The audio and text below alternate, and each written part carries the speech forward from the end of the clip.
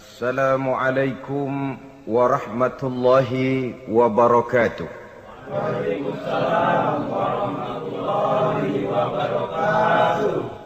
Bismillahi walhamdulillah, wassalatu wassalamu ala sayyidina rasulillah, sayyidina wa maulana Muhammad ibn Abdullah wa ala alihi wa sahbihi wa mawalah. أما بعد سبحانك لا علم لنا إلا ما علمتنا إنك أنت العليم الحكيم لا حول ولا قوة إلا بالله العلي العظيم. Saudara-saudara kaum muslimin rahimakumullah, kalimat sibuk adalah kalimat yang paling sering digunakan orang dalam kehidupan ini. Lebih sering lagi kalimat sibuk dijadikan kambing hitam dalam berbagai persoalan, termasuk dalam kehidupan beragama. Kadang-kadang kita bertanya kepada seseorang, kenapa tadi malam tidak hadir di pengajian? Jawabannya, sibuk. Kenapa Jumatan tidak kelihatan di masjid? Jawabannya, sibuk. Kenapa dalam peringatan hari keagamaan tidak kelihatan aktif? Jawabannya, sibuk. Kalau kita berbicara soal sibuk, siapa sesungguhnya orangnya dalam hidup ini yang tidak sibuk? Makin tinggi status sosial, akan makin tinggi pula tensi kesibukan yang kita hadapi.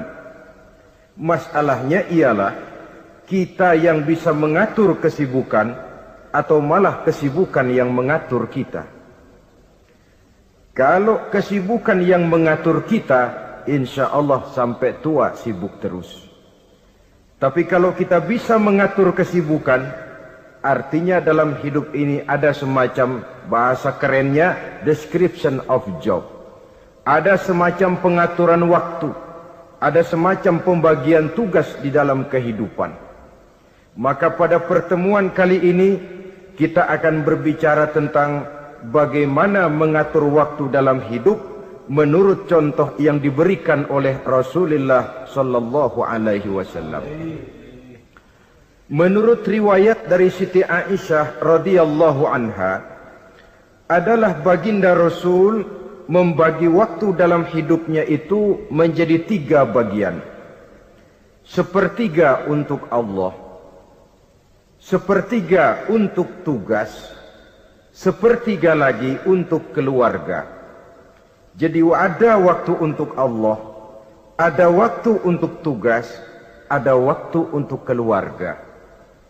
Bukankah dalam kehidupan ini kadang-kadang berlaku kepincangan dari tingkah seseorang? Ada orang yang seluruh waktunya cuma untuk Allah saja, tugas dilupakan, keluarga terlantar. Itu bukan orang yang terbaik. Ada orang yang waktunya habis cuma demi tugas saja. Dari pagi sampai pagi lagi, kalau tidak di belakang meja, ia rapat saja kerjanya. Allah dilupakan, sujud tidak sempat, keluarga terbengkalai. Itu juga bukan orang yang baik. Ada juga orang yang waktunya cuma untuk keluarga, kerjanya ngumpul saja. Seperti bahasa Inggris bilang, mangan ora mangan pokoknya ngumpul. Bermasyarakat tidak sempat, sujud tidak pernah, dengan kehidupan beragama jauh. Ini pun bukan orang yang terbaik. Orang yang baik ialah orang yang pandai mengatur waktu. Itu tadi cara baginda mengatur waktu dalam kehidupannya. Selanjutnya, bagaimana cara beliau mengisi waktu? Apa pengaruhnya dalam pribadi dan perjuangan beliau, dan apa hubungannya dengan kita? Mari kita lihat lebih jauh. Sepertiga dari waktunya adalah untuk Allah, artinya untuk beribadah kepada Allah. Bagaimana ibadahnya? Saudara-saudara, satu-satunya manusia yang dalam Al-Quran sudah mendapat jaminan ampun dari seluruh dosa yang pernah dikerjakan, cuma Rasulullah orangnya. Quran yang menjanjikan, liyaghfira lakallahu ma taqaddama min dzambika wa ma ta'akhkhar wahai Muhammad, dosamu yang dahulu, dosamu yang sekarang, dosamu yang akan datang kalau memang ada, seluruhnya sudah mendapat jaminan ampun dari Allah Subhanahu wa ta'ala. Orang yang nyata-nyata sudah mendapat jaminan ampun dari segala dosa ini, ibadahnya luar biasa. Luar biasa bagaimana? Sejarah menceritakan beliau kalau sholat malam sampai bengkak kakinya karena rajin sujud. Aisyah menceritakan, satu malam selesai sholat isya saya akan tidur. Saya lihat suami saya sedang sholat, maka saya pun tidur. Tengah malam saya terbangun dari tidur, saya lihat suami saya masih sholat juga. Saya tidur lagi. Menjelang sepertiga malam yang akhir saya bangun, saya lihat masih sholat juga. Saya hampiri beliau. Saya tanya setelah sholatnya usai, "Bang," kata Aisyah, "ada apa yang?" Kata baginda Rasul. Sebab beliau itu, jangan senyum kalau saya katakan yang di sini. Sebab beliau itu pandai sekali menyenangi hati istrinya. Panggilan kelihatannya sepele, tapi bisa menghidupkan keharmonisan dalam rumah tangga. Beliau apabila memanggil Siti Aisyah dengan kalimat Humaira, "Ya Humaira," wahai yang pipinya kemerah-merahan. Cantik sekali panggilannya untuk istrinya. Kita kadang-kadang terlalu jujur tapi nyakitin. Mentang-mentang bini hitam, kalau manggil bini hitam, sini lo. Jujur tapi nyakiti itu. Hadirin yang saya muliakan, baginda menjawab, "Ada apa ya? Abang ini kan dosanya sudah mendapat jaminan ampun dari Allah." "Iya, lalu gimana?" "Ya kalau ibadah jangan terlalu gitu-gitu benar, kenapa sih? Orang sudah dapat jaminan ampun itu kan mestinya tenang, aman. Ini malah seolah-olah beliau orang yang paling banyak mempunyai dosa. Tidak puas melaksanakan hanya sholat yang wajib ditambah dengan yang sunnah-sunnah. Tidak usah gitu-gitu bener lah bang, sudah dapat jaminan ampun ini." Terhadap usul istrinya ini, apa jawab beliau? Sederhana, tapi melambangkan sikap jiwa yang luhur. Beliau menjawab, "Aisyah, afala uhibbu an akuna abdan syakura." Yang, apa saya tidak senang kalau saya ini oleh Allah mendapat gelar abdan syakura, hamba yang pandai bersyukur, hamba yang tahu berterima kasih. Makin diampuni, makin banyak sujud saya. Makin diampuni, makin banyak ibadah saya kepada Allah. Inilah prinsipnya. Saudara-saudara, oleh karena ibadahnya demikian rupa, Allah lalu dekat. Oleh karena Allah dekat, perjuangan beliau itu, walaupun Quraisy melakukan segala macam cara dan usaha, mengeluarkan segala daya dan dana, kemampuan dan kekuasaan, tidak pernah berhasil mematahkan, walaupun berhasil menekan perjuangan baginda Rasulullah sallallahu alaihi wasallam. Coba kalau kita buka sejarah, beliau itu kan mulai berjuang sendiri, yang dihadapi masyarakat yang keras, kasar, brutal. 14 abad yang lalu, semenanjung Arabia terkenal sebagai masyarakat yang jahiliyah, di mana maksiat dan munkarat merajalela. Sembahan adalah berhala. Anak perempuan lahir dibunuh hidup-hidup. Itu zaman dulu, zaman sekarang pun tidak jauh bedanya. Malah kalau zaman dulu dikubur hidup-hidup, sekarang sebelum lahir sudah dibunuh. Yang namanya abortus itu. Kadang-kadang aneh, kita mengadakan operasi bersih, dilarang buang sampah sembarangan. Kalau sudah buang sampah saja tidak boleh sembarangan, tahu-tahu zaman sekarang ini bayi dibuang di tempat sampah. Bukan lagi kertas, bukan lagi kardus, bayi dibuang di comberan. Kan lebih sadis sebenarnya dari jahiliyah 14 abad yang lalu. Judi di zaman dulu 14 abad yang lalu merajalela, menyentuh segala lapisan masyarakat. Di zaman sekarang pun judi tidak kurang hebatnya, cuma tentu dengan bahasa yang lain. Apalagi di zaman sekarang orang pandai menghaluskan bahasa, mensamarkan istilah. Judi disebut sumbangan umpamanya, sehingga orang lalu tidak terasa bermain judi, terasanya ikut nyumbang. Itu sekedar istilah yang merangsang orang sebenarnya. Masyarakat yang semacam ini yang dihadapi oleh baginda Rasul. Diangkat jadi Rasul umur 40 tahun lalu mulai berjuang. Mula-mula secara sembunyi dakwahnya itu. Dari pintu ke pintu, dari rumah ke rumah, dari orang ke orang. Hasilnya 3 tahun gerilya berdakwah, dapat pengikut tidak lebih 11 orang. Sudah tidak digaji, tidak dapat beras, hidup pun miskin. 3 tahun dakwah, dapat pengikut 11 orang. Ustadz mana zaman sekarang yang masih mau ngajar? Kalau 3 tahun buka pengajian, yang ngaji cuma 11, bubar. Kiai mana yang masih mau buka pondok? Kalau 3 tahun buka pesantren, santrinya cuma 11. Pemimpin mana yang masih mau kampanye? Kalau 3 tahun kampanye dapat pemilih cuma 11, bangkrut. Tapi tidak dengan Rasul.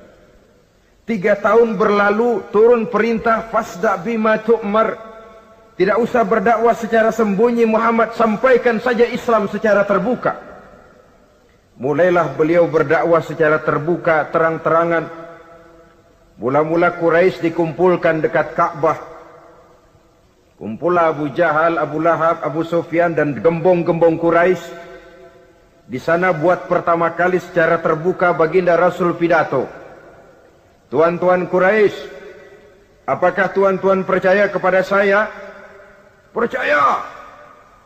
Kenapa? Karena Anda Muhammad sejak kecil belum pernah bohong. Baik.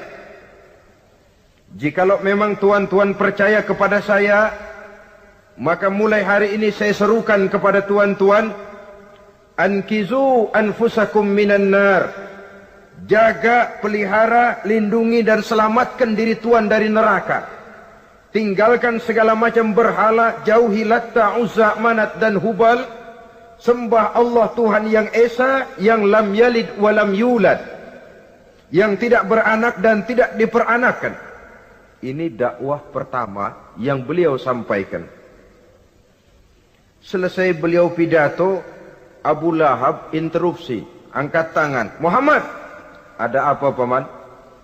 Alihaza jama'tana, cuma untuk dengar ocehan kayak begini kami dikumpulkan di sini. Tabban laka ya Muhammad. Kalau bahasa kasarnya, mau mampus kamu Muhammad. Nabi tidak jawab, Allah yang jawab. Tabbat yada abi lahabi wa tab, ma aghna anhu maluhu wa ma kasab. Bukan Muhammad yang celaka, Abu Lahab lah yang kelak akan menemui kecelakaan. Dakwah terus berlangsung. Ketika dakwah secara terbuka sudah dimulai, hambatan dan tantangan mulai datang.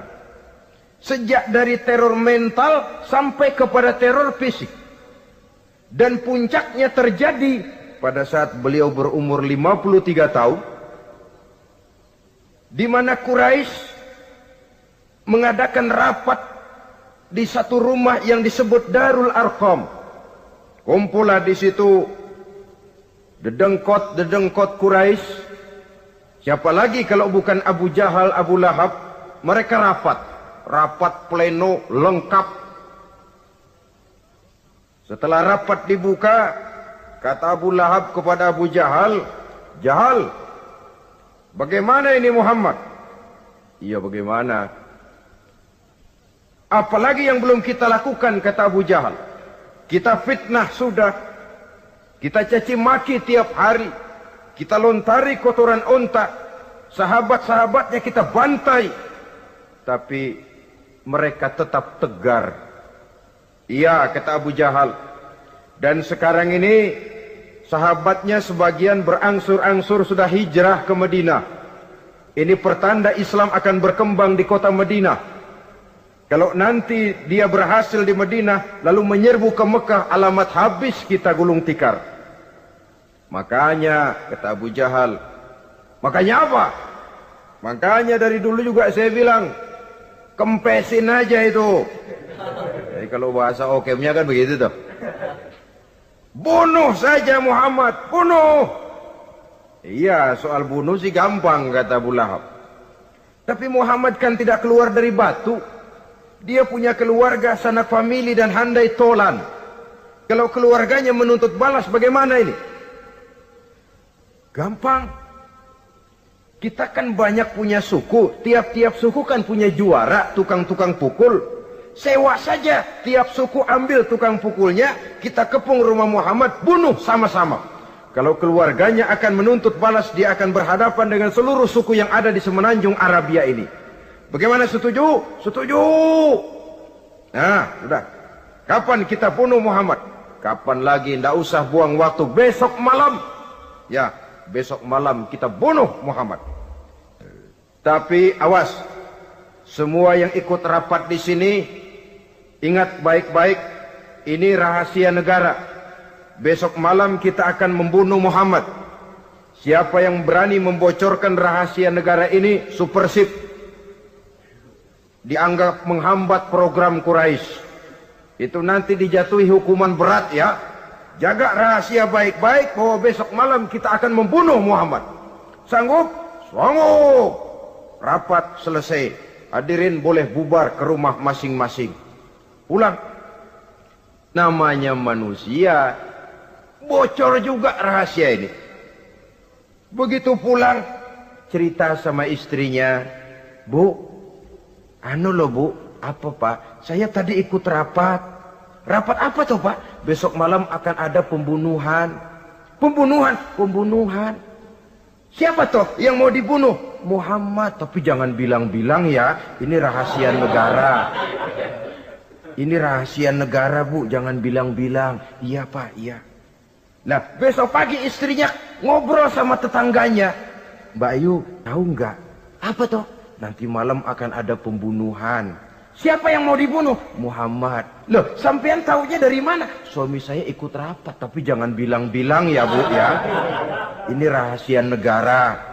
Jangan bilang-bilang. Nanti yang satu sampaikan lagi, jangan bilang-bilang. Terus jangan bilang-bilang, akhirnya berita tersebar. Sehingga pagi hari itu sebagian besar penduduk Mekah sudah tahu kalau nanti malam akan ada pembunuhan.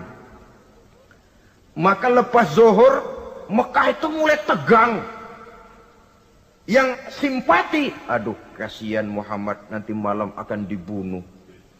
Yang tidak senang, mampus biar dia rasain, ntar malam. Saudara-saudara, begitu maghrib berbunyi sudah, udara mulai gelap. Penduduk Mekah sudah kunci pintu, seperti ada jam malam. Sepi, sesepi-sepinya. Tutup pintu, kunci, bukan tidur, ngintip dari dalam. Lepas jam 8 malam, makin tegang. Masing-masing penduduk ngintip dari pintunya. Sudah berangkat belum orang yang mau bunuh Muhammad? Sudah berangkat belum? Kira-kira jam 9 ini, tukang-tukang pukul lewat mau ngepung rumah Muhammad untuk membunuh beliau. Begitu masuk Mekah, penduduk sudah kunci pintu, tapi mereka tahu kalau semua ngintip. Wah, makin hebat ini yang pemuka Quraisy ini, tukang-tukang pukul ini. Jalannya dibuat gagah-gagah, barisnya dibuat hebat-hebat. Itu injekan tanahnya dalam baris dibuat kenceng-kenceng.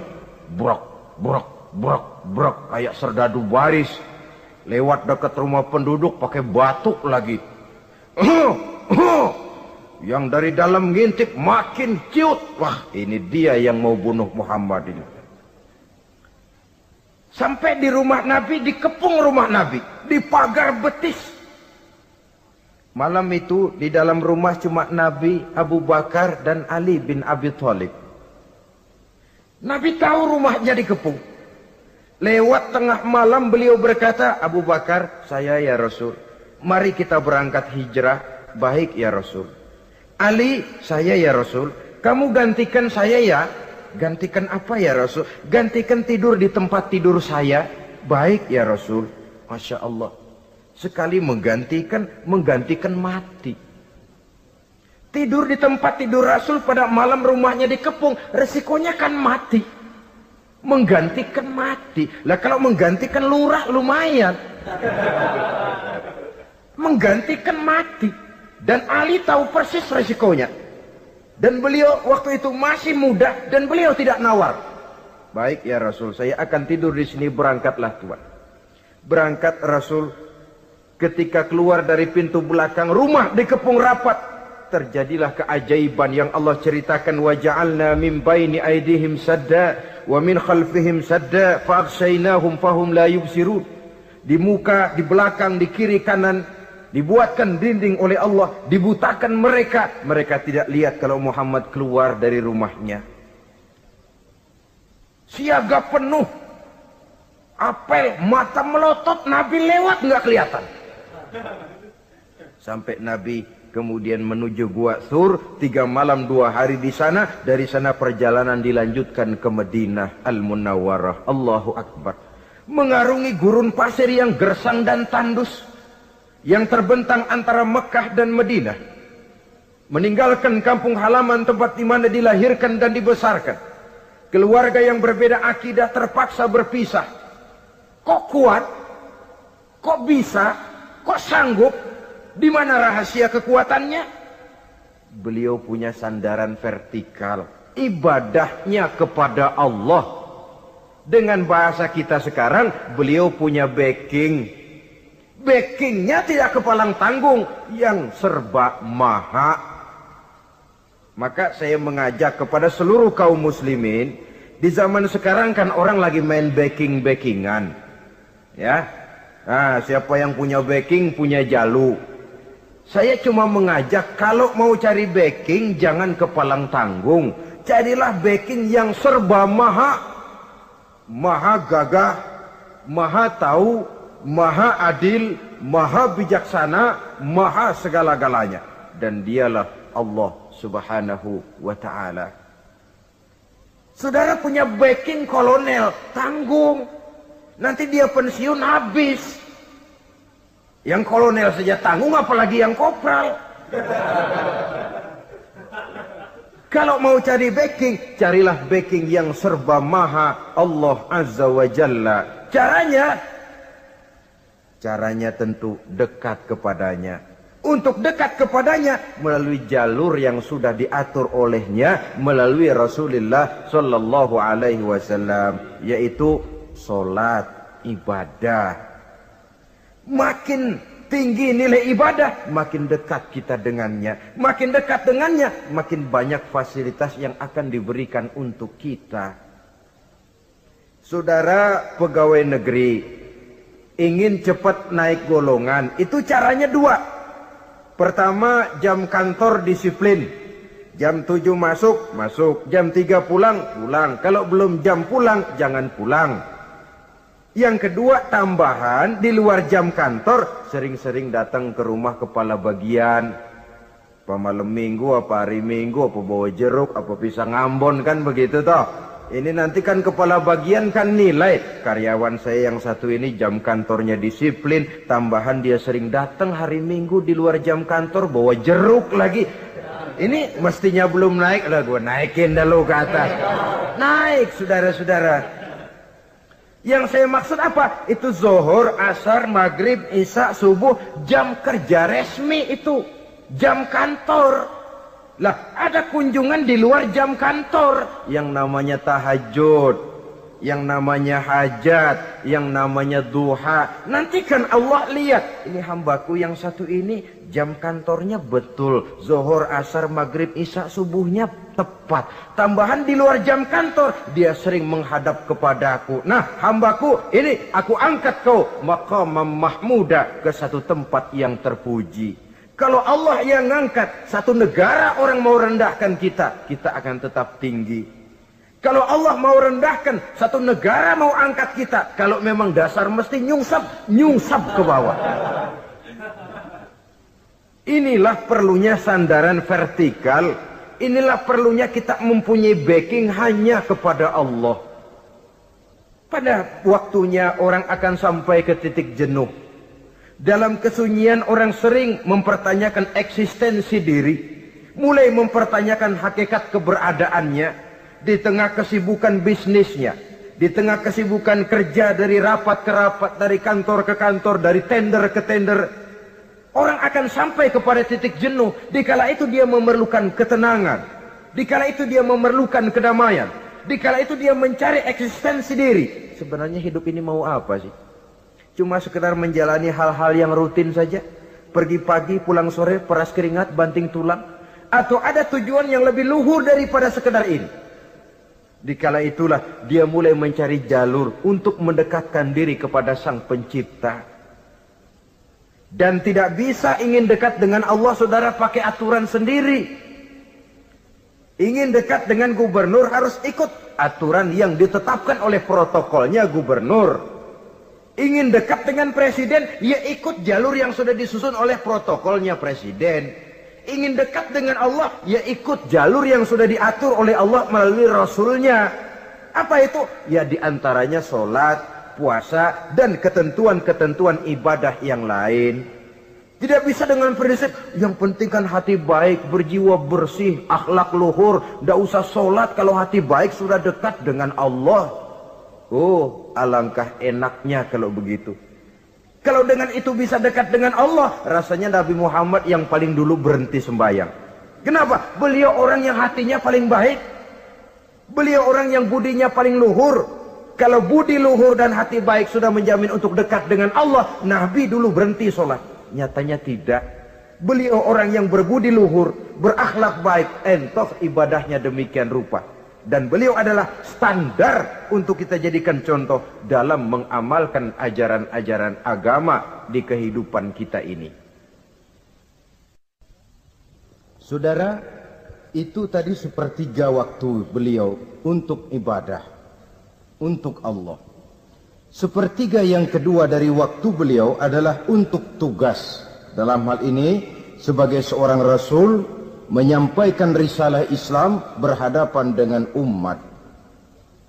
Yang jadi soal ialah, apa modal utama beliau di dalam melaksanakan tugas? Dan ini nanti sebagai cerminan buat kita. Modal utamanya pertama adalah keteladanan, dan yang kedua adalah akhlak. Sekarang ini kita hampir nyaris mengalami berbagai macam krisis. Yang paling santer kita dengar adalah krisis wibawa. Ada pak guru dicegat muridnya di jalanan, dipukulin karena nggak naik kelas katanya. Nampaknya guru nggak lagi berwibawa. Di satu pihak mungkin karena si guru tidak bisa digugu dan ditiru.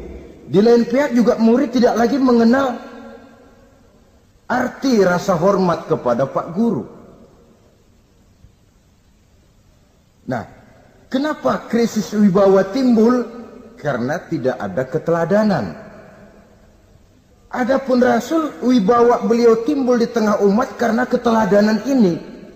Apapun yang beliau ajarkan kepada umat, beliau adalah pelaksana pertama. Dengan kata lain, satunya kata dan perbuatan.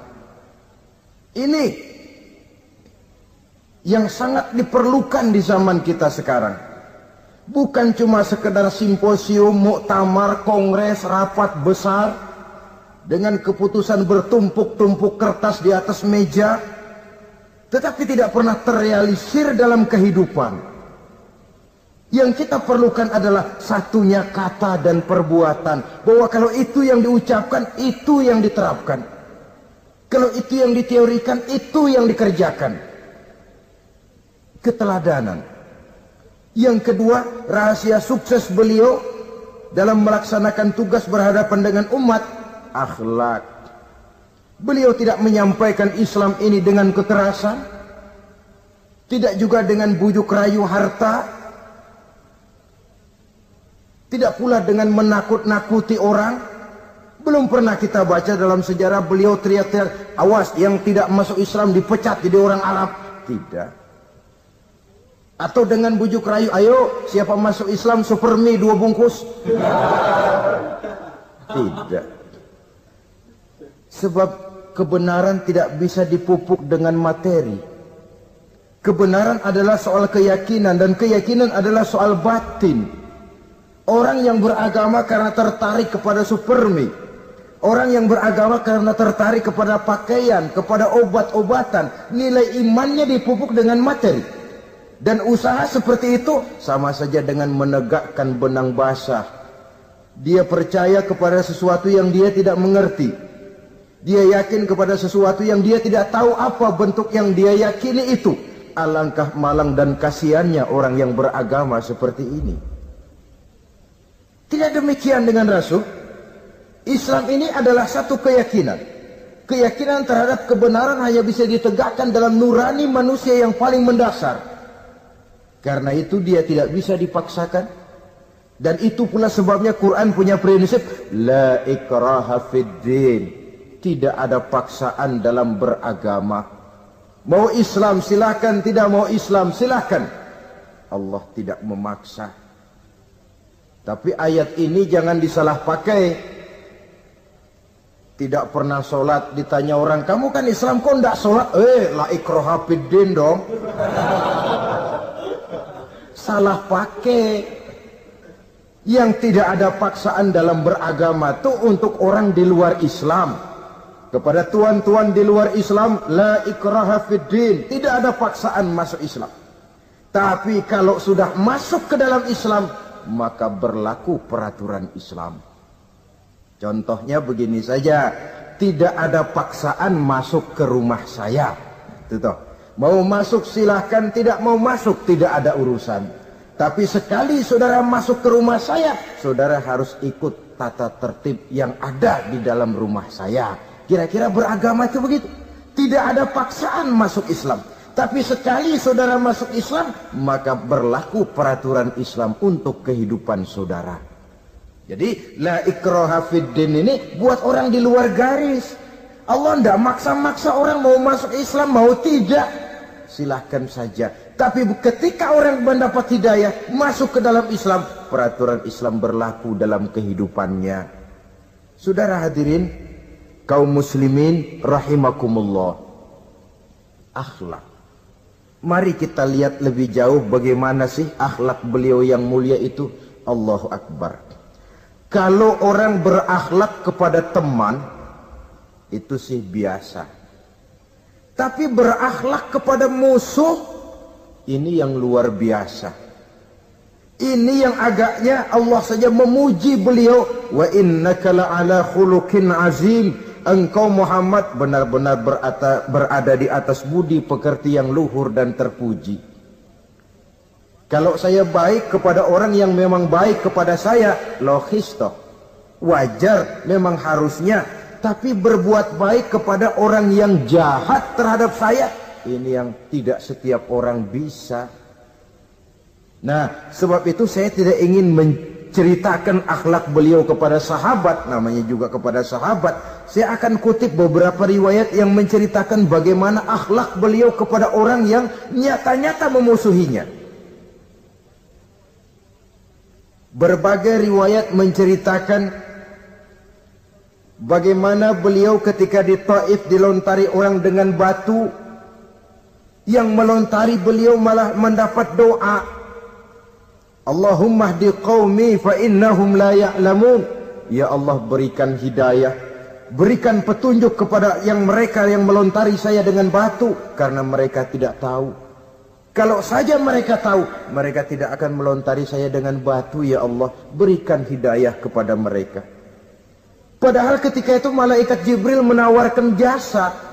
Muhammad, kalau kamu mau orang yang melontari kau dengan batu itu hancur, saat ini juga saya angkat Jabal Uhud, saya timpakan mereka biar mati semua. Mau Muhammad? Jangan Jibril, mereka tidak tahu. Kalau saja mereka tahu, mereka tidak akan melontari saya dengan batu. Lebih baik doakan mereka supaya mendapat hidayah dari Allah. dalam kondisi kepepet, dilontari dengan batu, malaikat Jibril datang menawarkan jasa. Beliau lebih memilih mendoakan orang yang berbuat jahat itu. Ya Allah, bukan main. Umumnya kita kan kalau lagi kepepet ada yang nolongin, girang bener. Andai kata kita yang jadi nabi, disambitin orang, datang malaikat Jibril nawarin, bagaimana sikat? Habisin aja dah.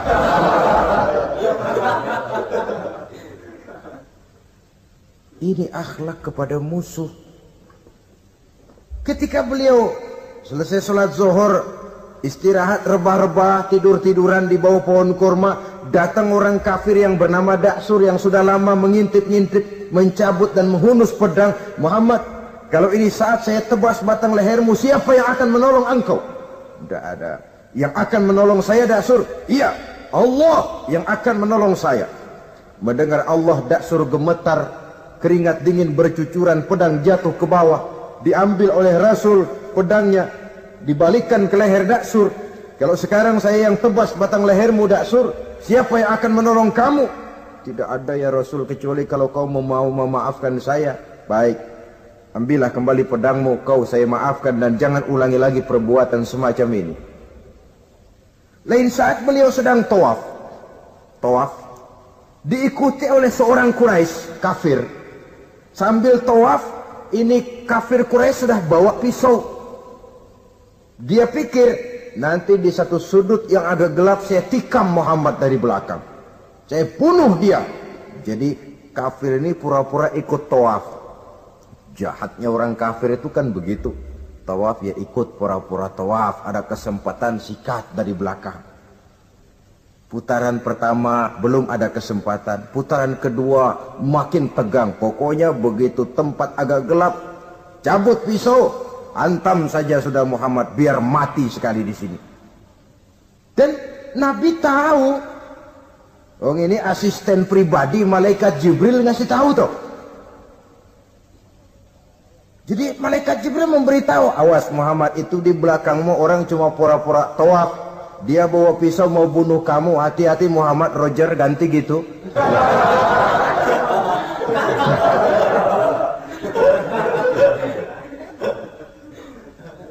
Tahu persis beliau. Sampai di satu sudut yang gelap, si kafir ini mencabut pisau.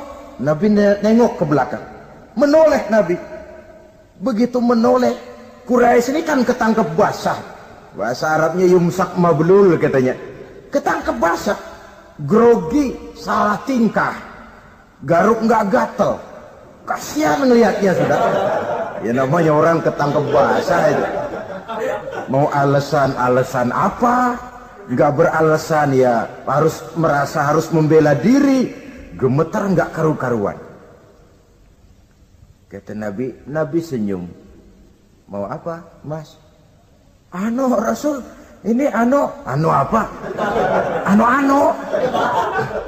Sudah, saya kan tahu kamu mau bunuh saya toh. Sudah, saya sudah tahu kok. Kamu jangan pura-pura. Kamu kan mau bunuh saya kan? Terus terang saja. Iya Rasul, iya. Sekarang gimana? Enggak berani Rasul. Minta maaf saja. Ya kalau sudah kamu minta maaf begitu, sudah kamu pulang sana. Jangan diulangi lagi ya. Begitu mudah beliau memaafkan orang yang nyata-nyata mau menghabisi nyawanya. Sepanjang itu belum terwujud, sepanjang itu belum terbentuk dalam artian real, sangat mudah beliau memaafkan orang. Saudara hadirin kaum muslimin rahimakumullah, pemaaf, lapang dada, toleransi, menghargai pendapat para sahabatnya. Ini sederetan dari akhlak yang terpuji. Sehingga karena keluhuran akhlak inilah yang menyebabkan orang tertarik masuk ke dalam Islam. Beliau berprinsip apa? Basiru wala tunaffiru, yasiru wala tu'asiru.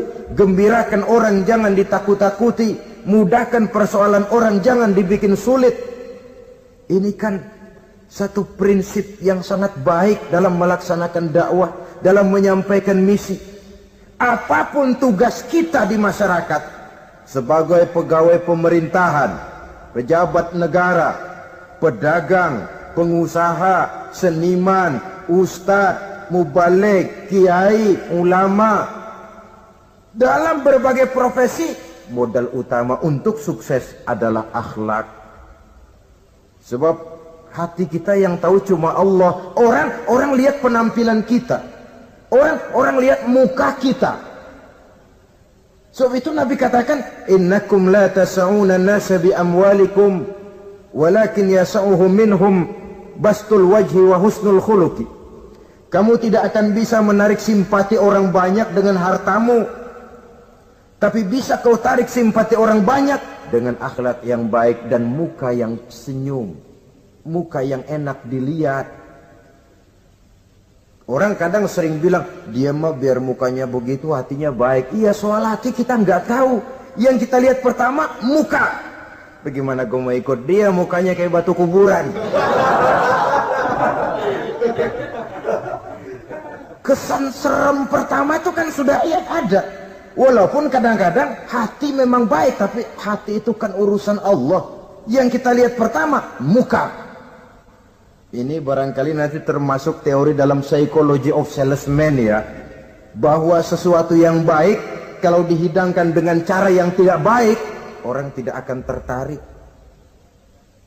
Lihat saja, orang sekarang ini kan entah makin lajunya dunia bisnis kita, masuk ke rumah-rumah kita cuma menawarkan air jahe, menawarkan sasa, menawarkan kecap bango, menawarkan barang-barang yang kelihatannya remeh. Ini kan termasuk psychology of salesman. Yang datang ya biasanya perempuan, wajahnya ya lumayan, paling kurang sedikit di atas 6 lah begitu. Nah. Lalu tutur katanya sopan, masuk ke rumah tidak sungkan, ada rasa familiar, rasa kekeluargaan, lalu datang. Taktik untuk menawarkan barang yang jadi merek dagangannya. Nah, Islam ini agama yang baik. Kalau disampaikan dengan cara yang tidak baik, sadis, memponis, orang akan lari dan jauh. Menyinggung, bukan menyentuh. Siapapun kalau tersinggung lari, tapi kalau tersentuh, dia akan mendekat. Apaan lo Islam sembayang begitu? Mikir nih anakku, sembayang diomelin, mendingan kagak sembayang sekalian ketahuan. Saudara hadirin yang saya muliakan, ini yang diberikan contoh oleh baginda Nabi. Apapun tugas kita, pedagang, utamakan akhlak. Petani, utamakan akhlak. Seniman, utamakan akhlak. Mubalik, utamakan akhlak. Pejabat negara, utamakan akhlak. Pelayan dan pengabdi masyarakat, utamakan akhlak. Saudara hadirin yang saya hormati, kaum muslimin yang berbahagia.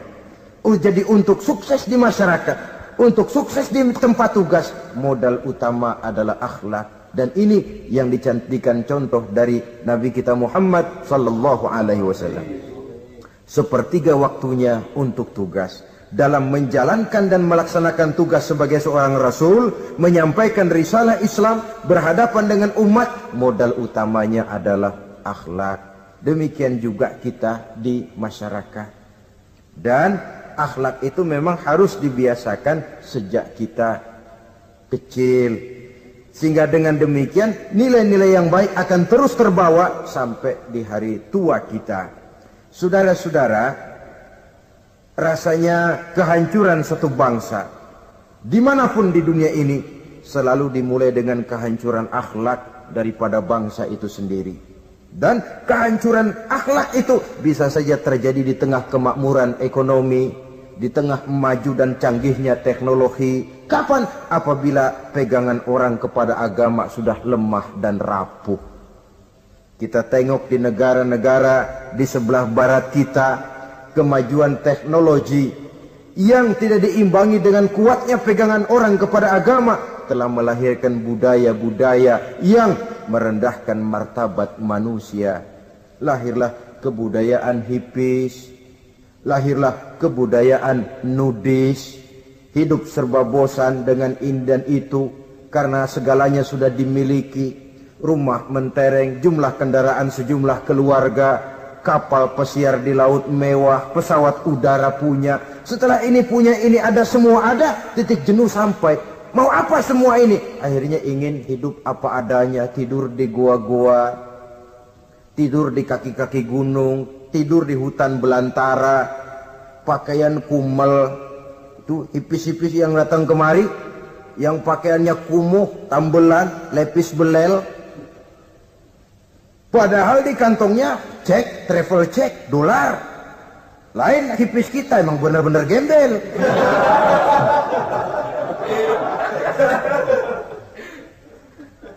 Merasa jenuh, merasa bosan. Bahkan sebuah berita dari Jerman, orang terlalu kaya, pulau dibeli. Di pulau itu dia bikin satu klub yang bernama klub nudis. Setiap anggotanya boleh masuk ke pulau itu dengan catatan tidak boleh pakai pakaian selembar pun. Alias bugil. Telanjang bulat. Oh, sudah telanjang bulat itu. Dan di sana berlakulah apa yang disebut serba boleh.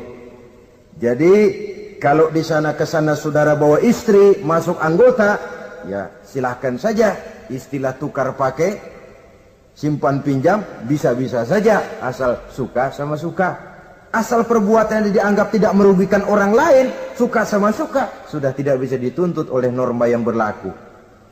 Ya. Itulah sebabnya kita sering prihatin bahwa kemajuan sering membawa pergeseran nilai. Apabila kita tidak bisa menghindarkan diri dari proses pergeseran nilai, setidaknya kan kita bisa menjaga diri jangan sampai hanyut oleh nilai-nilai yang negatif. Akhlak, baik sebagai muslim, baik sebagai bangsa Indonesia yang berkepribadian luhur, itu merupakan cerminan kita. Saya prihatin. Belum lama diselenggarakan kontes bibir terindah. Kontes bibir terindah itu kira-kira apa manfaatnya? Apa yang jadi ukuran? Dan bukankah bibir karunia Tuhan? Ya kalau yang bibirnya mungil bisa ikut kontes lah. Kalau yang jebleh gitu.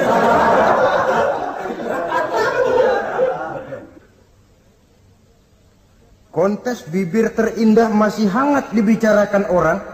Sudah muncul lagi kontes betis terindah.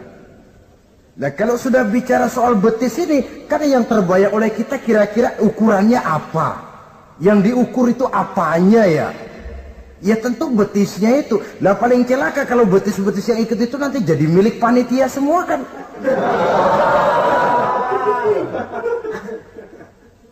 Yang tidak usah kita mengukur dengan kacamata agama, dengan budaya kita sebagai bangsa Indonesia yang berfalsafahkan Pancasila, rasanya mendengarnya saja kok sudah tidak sreg gitu loh. Tidak pas untuk ukuran kita sebagai bangsa yang berfalsafahkan Pancasila. Saudara-saudara kaum muslimin rahimakumullah. Ini yang saya maksud tadi, proses pergeseran nilai. Andai kata kita tidak bisa menghindarkan diri dari hal yang semacam itu, setidaknya kita bisa menjaga diri jangan sampai hanyut ditelan proses pergeseran nilai. Dan memelihara nilai-nilai akhlak ini dari hari ke hari memang tidak semakin ringan, bahkan akan semakin berat, karena tantangan yang kita hadapi juga akan semakin berat. Inilah sepertiga yang kedua dari waktu beliau untuk melaksanakan tugas. Jadi modal utama dalam melaksanakan tugas akhlak. Di antara nilai akhlak itu prinsip Nabi tadi, gembirakan orang, jangan ditakut-takuti, mudahkan urusan orang, jangan dibikin sulit. Sehingga kalau yang memang mudah lalu dipersulit, itu sudah mencerminkan akhlak yang tidak diajarkan oleh Rasulullah sallallahu alaihi wasallam. Kemudian yang terakhir, sepertiga yang ketiga dari waktu beliau adalah untuk keluarga. Jadi tadi ada waktu untuk Allah, ibadah. Ada waktu untuk tugas. Dan yang ketiga ada waktu untuk keluarga. Bagaimana Rasul di tengah keluarganya? Anas bin Malik bercerita, saya 11 tahun membantu di rumah tangga Rasul. 11 tahun itu kan artinya 11 kali 360 hari kali 24 jam. Bukan waktu yang sebentar itu. Selama 11 tahun saya membantu di rumah tangga Rasul, kata Anas, belum pernah saya dengar kata-kata kasar, keras, membentak. 11 tahun saya membantu di rumah tangga beliau, belum pernah saya lihat ada piring terbang, ada bakyak melayang. Artinya apa? Cerminan dari ketentraman, keayeman, kedamaian rumah tangga beliau. Padahal rumah tangganya kecil. Istrinya lebih dari satu. Tapi aman, tentram, rukun. Kita kadang-kadang istri satu seminggu 7 hari, perang 6 hari. Cuma 1 hari gencatan senjata. Saudara hadirin, saudara kaum muslimin, rahimakumullah. Kalau beliau tidak menyenangi satu masakan, misalnya masakan istrinya, tidak mencak-mencak, cuma kelihatan dari makannya barangkali tidak begitu banyak, tapi tidak pernah mencela apapun yang dimasak istrinya. Senang ya dimakan, tidak senang ya dimakan karena menghargai lelah jerih payahnya istri. Ini kelihatannya sepele, tapi dari sini keharmonisan rumah tangga itu bisa saja timbul. Bukankah seseorang hanya bisa sukses di tempat tugas? Jadi apapun dia, kalau berangkat dari ketentraman dan ketenangan di rumah tangga. Dan tidak ada orang bisa meraih sukses kalau dia berangkat dari rumah tangga yang berantakan. Itulah sebabnya ini sangat diperhatikan oleh baginda Rasul.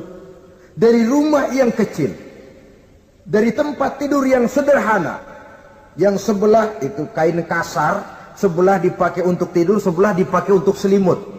Jadi kasur merangkap selimut. Allahu Akbar.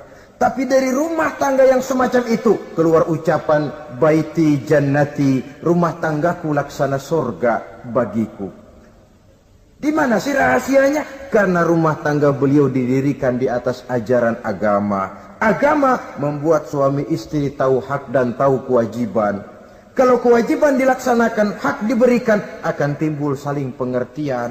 Apabila ada pengertian, akan timbul ketenangan, dan ketenangan adalah tangga utama untuk mencapai rumah tangga bahagia. Apalah artinya? Seperti banyak istilah orang, rumah bertingkat, uang banyak berlipat-lipat, kendaraan serba mengkilat, istri pun cantik memikat, kadang-kadang jumlahnya 4, tapi tiap hari kiamat. Tidak pernah ada ketenangan dan kedamaian di rumah itu. Saudara hadirin, lebih celaka lagi sudah rumah gubuk berantem melulu. Sudah kiamat itu, sudah kiamat. Jadi dengan adanya pelaksanaan kewajiban, pemberian hak, timbul pengertian. Pengertian membawa ketenangan. Suami keluar rumah, istri tenang di rumah. Suami meninggalkan istri pun hatinya tenang dan tentram, tidak was-was, tidak berpikiran nanti kalau saya lembur ini istri ngompreng, tidak. Si istri pun lega melepas suami karena ada keterbukaan. Ini kan menurut angket terakhir loh ya, yang diadakan oleh beberapa majalah di ibu kota ini. Di ibu kota katanya, dari sejumlah laki-laki yang disebarkan angket, ternyata jika ada 3 laki-laki, 2 nyeleweng. Jadi angka penyelewengan itu 2/3 dari jumlah laki-laki itu menyeleweng katanya. Ya mudah-mudahan yang kumpul di sini termasuk 1/3 yang nggak nyeleweng itulah. Dan tidak semua bentuk penyelewengan itu karena alasan ekonomi. Bukan pula karena alasan ketidaksetiaan istri. Tapi merupakan cerminan dari sikap hidup di mana orang jauh dari nilai-nilai agama, sehingga penyelewengan itu dianggap sesuatu yang manusiawi, biasa-biasa saja, bahkan kadang-kadang ikut membentuk status sosial, melahirkan kebanggaan. Innalillahi. Orang kalau sudah bangga nyeleweng, nyeleweng bangga, itu kiamat sudah. Sama saja, bikin dosa, ketawa. Waduh. Itu malaikat gemes benar. Udah bikin dosa cengengesan, cengar, cengir. Tidak ada rasa nyesel, tidak ada rasa takut, tidak ada rasa bersalah. Biasa gitu. Saudara hadirin yang saya muliakan, ini kan cerminan dari rapuhnya pegangan orang kepada agama. Jadi untuk membina rumah tangga yang bahagia ini, sepertiga dari waktu untuk di tengah keluarga, menghidupkan nilai-nilai agama di rumah tangga kita.